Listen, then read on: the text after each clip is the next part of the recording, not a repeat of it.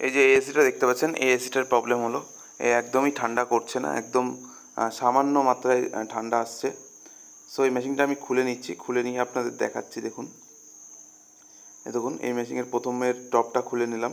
খুলে নিয়ে দেখার পর আমি দেখছি একদম নিট অ্যান্ড ক্লিন আছে মেশিনটা কোনো রকম নোংরা নেই মেশিনে। এই দেখুন আমি এটা হলো ফিল্টার দুটো টেনে দেখছি।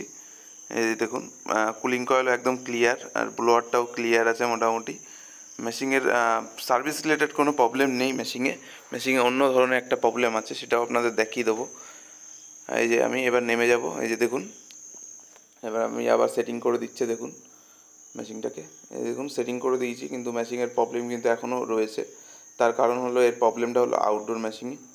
এবার আমি আউটডোরে চলে আসলাম। দেখুন আউটডোরে এসে দেখছি এই ফ্যান মোটরটা একদমই স্লো ঘুরছে, তবে স্লো ঘুরছে। আর এই যে কুলিংটা একটু কম হচ্ছে, যার জন্য এই দেখুন ফ্যান মোটরটা একদমই ঘুরছে, স্লো ঘুরছে একদমই। দেখুন এতটা হাওয়া আসার কথা, কিন্তু একদম একটুখানি হাওয়া একদমই হাওয়া ঠেলতে পারছে না। এই যে দেখুন আমি টপটা খুলতে বলেছি, টপটা খুলে নিচ্ছে। আমি হাত দিয়ে দেখুন চেক করে দিচ্ছে। এই যে এই সব জায়গায় হালকা হালকা হাওয়া ফেলছে, কিন্তু এটা আরও দূরে ফেলা উচিত ছিল এই মেশিনটার। যাই হোক, এই দেখুন টপটা খোলা হয়ে গেছে। টপটা খোলার পরে দেখুন মেশিনটা, দেখুন ফার্স্ট অফ অল এই মেশিনটার অ্যান্টি ক্লক ওয়াইজ এই ব্লেডটা ঘুরছে। এটা ক্লক ওয়াইজ ঘোরা উচিত ছিল মেশিনটায়। কেন ঘুরছে সেটাও আপনাদের দেখাবো। আর এই দেখুন এটার স্লো ঘোরার কারণ হলো এই ক্যাপাসিটরটা খারাপ হয়ে গেছে। এটা দেখুন অ্যান্টি ক্লক ওয়াইজ ঘুরছে, ভালো করে খেয়াল করলে দেখতে পারবেন। এটা এই যে অ্যান্টি ক্লক আমি দেখিয়ে দেওয়ার চেষ্টা করছি। দেখুন এটা সঠিক না, কিন্তু এটা ক্লক ওয়াইজ ঘুরবে, এটা হলো সঠিক। আর এই দেখুন আমি কানেকশানটাও আপনাদের লাস্টে দেখিয়ে দেবো, এখানে কানেকশানটাও ভুল করেছে।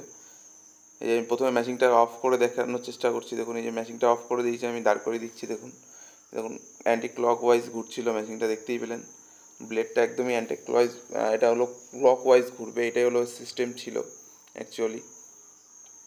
এই যে এরকম ঘুরবে অ্যাকচুয়ালি, এটা ঘুরছে এইদিকে, আর এর ঘুরতে হবে এই যে ডান দিক বরাবর। যাই হোক, আমি এই ক্যাপাসিটারটা খুলে নিচ্ছি। খুলে নেওয়ার পরে এই যে দেখুন লাইনটাও উল্টোপাল্টা করে রাখা আছে। লালটা যাবে নীলের জায়গায়, নীলটা আসবে লালের জায়গায়, দেখতেই পাচ্ছেন। এই যে এই লালের জায়গা নীল আসবে, নীলের জায়গায় লালটা আসবে, তাহলে অ্যাকচুয়ালি সঠিক কানেকশান। আমি কানেকশানটাও লাস্টে আপনাদের দেখিয়ে দেবো। এই দেখুন আমি ক্লিপগুলো সব খুলে নিলাম। খুলে নেওয়ার পর ক্যাপাসিটারটা আমি চেঞ্জ করে দেবো। এই দেখুন এটা হলো নতুন ক্যাপাসিটার। এটা নতুন ক্যাপাসিটার নিয়ে আসার পর এটা চেঞ্জ করে দিচ্ছি। দেখুন সেম সেম মানে ওখানে সেম যে ইউএফটা আছে, এখানেও সেম ইউএফেরই আমি মাল লাগালাম। এই দেখুন ক্যাপাসিটারটা পড়ে গেল হাত থেকে ফসকে পুরোনোটা। যাই হোক, ওটা কোনো কাজের না, সো ওটা আর আনিনি, ওটা ওখানে মনে হয় পড়ে আছে। যাই হোক, এবার আমি এই কানেকশানটা করে নেবো। দেখুন কানেকশানটা করতে গেছি, তখন একটা জিনিস দেখলাম, সেটা আপনাদের দেখিয়ে দিচ্ছি। প্রত্যেকটা ক্লিপ একটু করে লুজ আছে, আমি এই ক্লিপগুলো লুজটা আমি একদম টাইট করে তারপরে লাগাবো। আরেকটা প্রবলেম হলো এই যে এই যে লাল কালারের ক্লিপটা না, সেই ক্লিপটা হলো বড়, আর এই নীল কালারের ক্লিপটা হলো ছোট। এই ক্লিপটা আমি বড় করতে হবে, নাহলে এই ক্যাপাসিটারের গায়ে লাগানো যাবে না।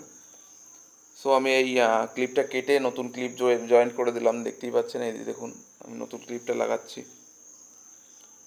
দেখুন ক্লিপ লাগানোর পর আমি দেখুন টেপ পেঁচিয়ে তারপরে এই দেখাচ্ছি আপনাদের। এই দেখুন একই সেম মাপের হয়ে গেছে এখন। এবার আমি ক্লিপগুলো লাগিয়ে তারপরে আপনাদের দেখাচ্ছি। এই দেখুন আমার ক্লিপ লাগানো কমপ্লিট। এই যে দেখুন আমি কানেকশানটা যেটা ভুল ছিল সেটা সঠিক করে দিয়েছি। দেখুন নীলটার জায়গায় লালটা এনে দিয়েছি, আর লালটার জায়গায় নীলটা এনে দিয়েছি। মানে লালটা অ্যাকচুয়ালি ফাঁকা থাকবে, ওটা সিঙ্গেল, ওটা হলো স্টার্টিংয়ের তার। আর নীলটা হলো কমনের বা রানিংয়ের। যাই হোক, এই যে দেখুন মেশিনটা এখন সোজা করা শুরু করে দিয়েছে। মেশিন একদম এখন হাওয়া ঠেলছে। এই দেখুন এত দূর অব্দি ঠেলছে এখন হাওয়া, মানে বাইরের দিকে ফেলে দিচ্ছে। ভেতরে যত হিট সব ও বের করে দিচ্ছে, যার জন্য মেশিনটা আর কোনো প্রবলেম নেই আশা করছি। আর এই দেখুন ভালো করে খেয়াল করবে, এখানে দেখুন কালার কম্বিনেশন লিখে দিয়েছে কোনটা কী হবে। আর এই দেখুন আমি সেম কম্বিনেশনই করেছি। আর এই দেখুন মেশিনটা আমি বন্ধ করে দেখাই দিচ্ছি আপনাদের। এই যে দেখুন এখন সঠিক দিকে ঘোরা শুরু করেছে মেশিনটা, ক্লক ওয়াইজ।